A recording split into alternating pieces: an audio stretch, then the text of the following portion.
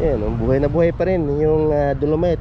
Minsan nakikita nyo sa social media, umangat na yung itim na buhangin. Pero ito po, mayroong mga equipment ay hinahalukay, sinusuklay niya itong Dolomite para umangat yung puti, yung puting-puting Dolomite.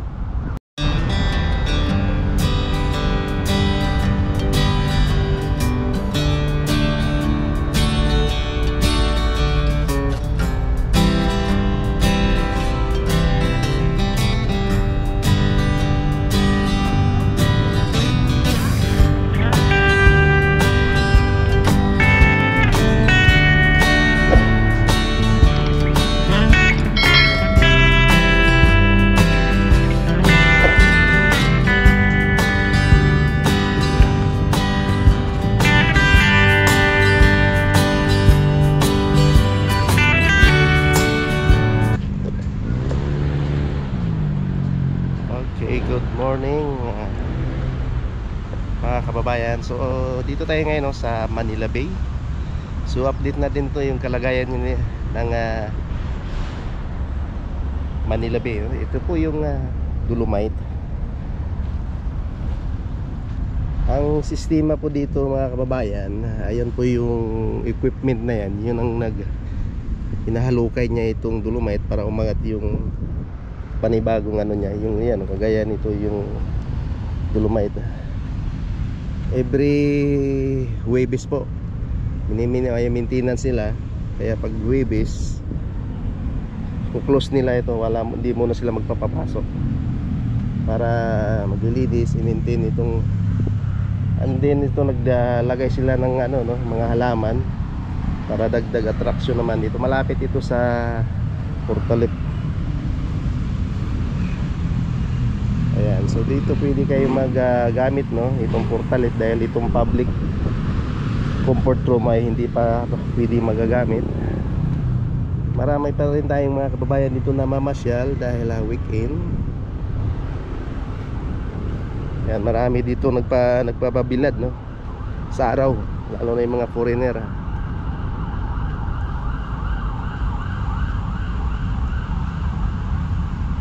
Tapos tanaw na natin dito yung reclamation project.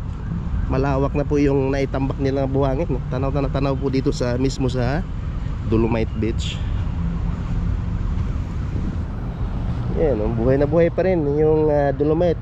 Minsan nakikita nyo sa social media, umangat na yung itim na buhangin. Pero ito po, mayroong mga equipment ay hinahalukay, sinusuklay niya itong Dolomite para umangat yung puti, yung puting-puting Dolomite. So naglagay sila rito ng dalawang umbrella. Then marami dito mga dredging vessel po na naka-standby dito sa area na to. Ayan, tanaw po natin dito yung isla. Ayan, napakalawak na pong naitambak na buhangin. So ito yung itim na buhangin, kung nakikita nyo. Ayan, may patay na isda. Ang hito. Oo nga, hito na isda.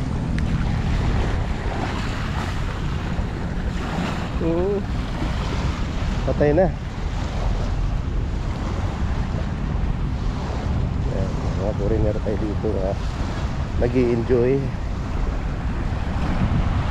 Maganda pa naman ang kalagayan ng ating Dolomite mga kababayan.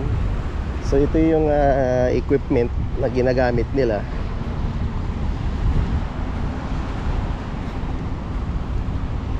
May speedboat sila dito. Ayan.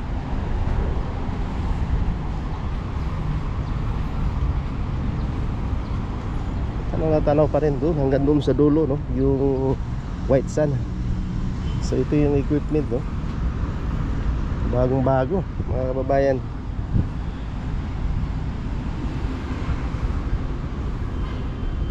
Hanggang doon,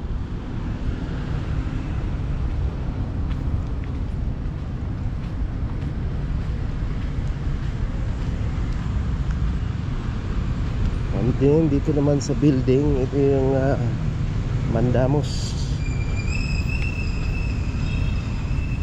Tapos naglagay sila rito ng ating mga kapulisan.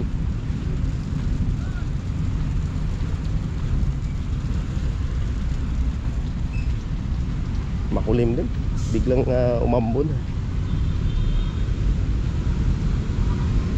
Marami nagtitrain dito, no? Gaya nito, marami dumadayo. Antay pa rin dito sa seawall, oh. Yan, tapos yung mga truss boom nandun sa gilid, sa dulo.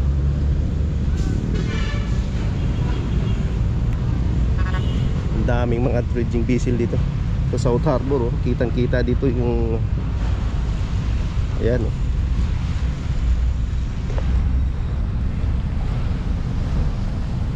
Yung mga tinambak nila dun sa Pasay, kitang kita rito mga kababayan, no? Ayan, may nagbubuhos na, oh, yung mga dredging equipment.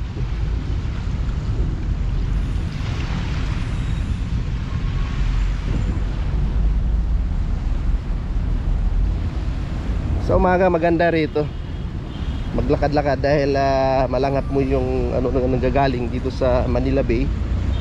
Nakakatulong.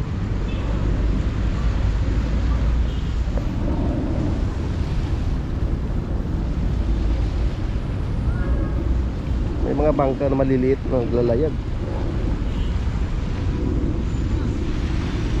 Ayan, oh, ang balita ko, no, itong pagtatambak tinutuloy na nila itong pagtatambak. Halo ito.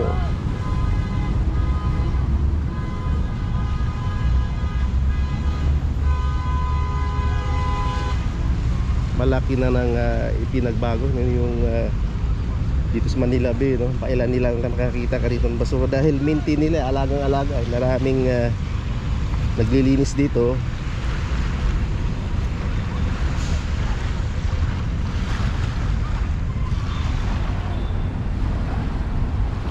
Parang isla talaga nakikita mo rito. Hanggang dun sa may ano yan, tanaw na dito.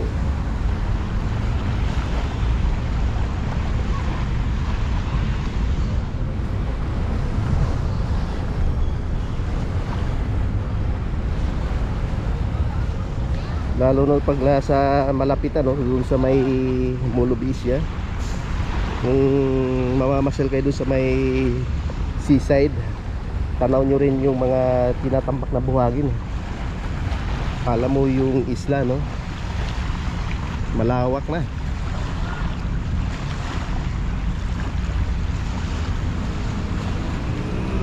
Biglang umamot pero tumigil siya, no, mga kababayan.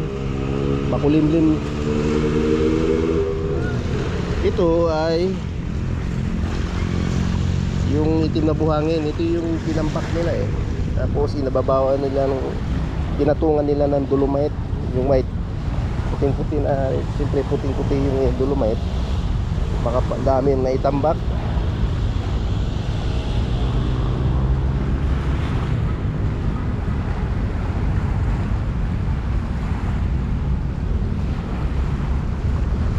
Tuloy-tuloy lang, oh, yung pagtatambak nila dito sa bahagi na yun, oh, mga kababayan. Ang daming mga dredging equipment, oh, naka-standby, oh. Saka yung mga nagkakarga ng mga bagong dating na buhangin para itatambak nila, no, sa itong ginagawang reclamation project.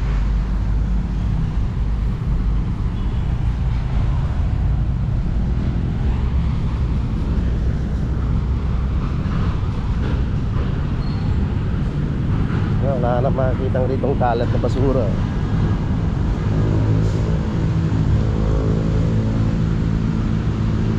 Marami pang ano nila dito, ano ilalagay nila sa area dito kasi ano, bakante po dito yung area na to dito.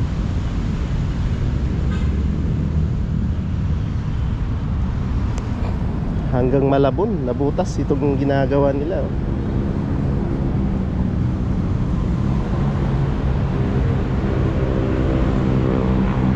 Yung isang foreigner, oh, ayan, nag-sunbathing. Ayun, biglang umambon. Hindi niya na ipatuloy itong pagbibilad sa araw.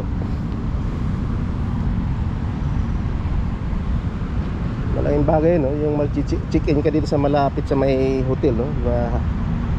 Pwede lang lakarin dito sa Manila Bay.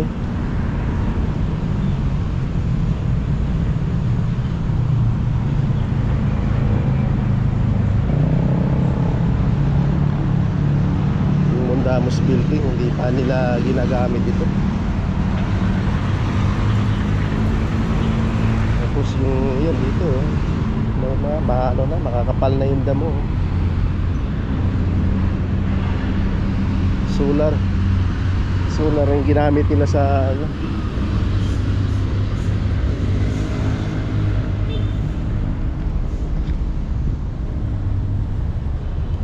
Pag malakas yung current ng ano, no, alon, yung medyo masama ang panahon, kaya yung buhangin dito kagaya dun sa may dalampasigan, lutang na lutang yung itim na buhangin.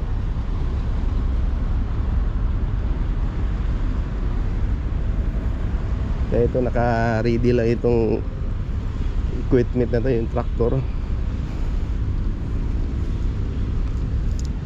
Inaano niya itong dolomite sand para mangingibabaw yung kaputian, no?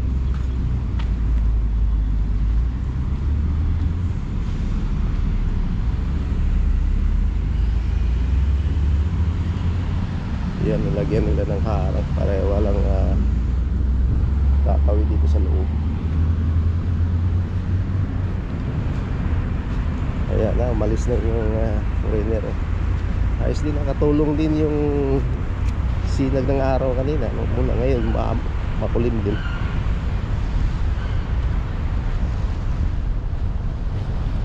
Wala tayong nakikitang yung mga kumakain ng isda dito, yung mga malalaking ibon, yung puti.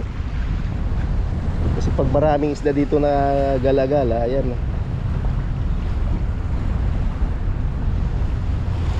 mapapansin mo yung ibon, nangangain yan, nanghingain yan, dumadayo. So ngayon wala.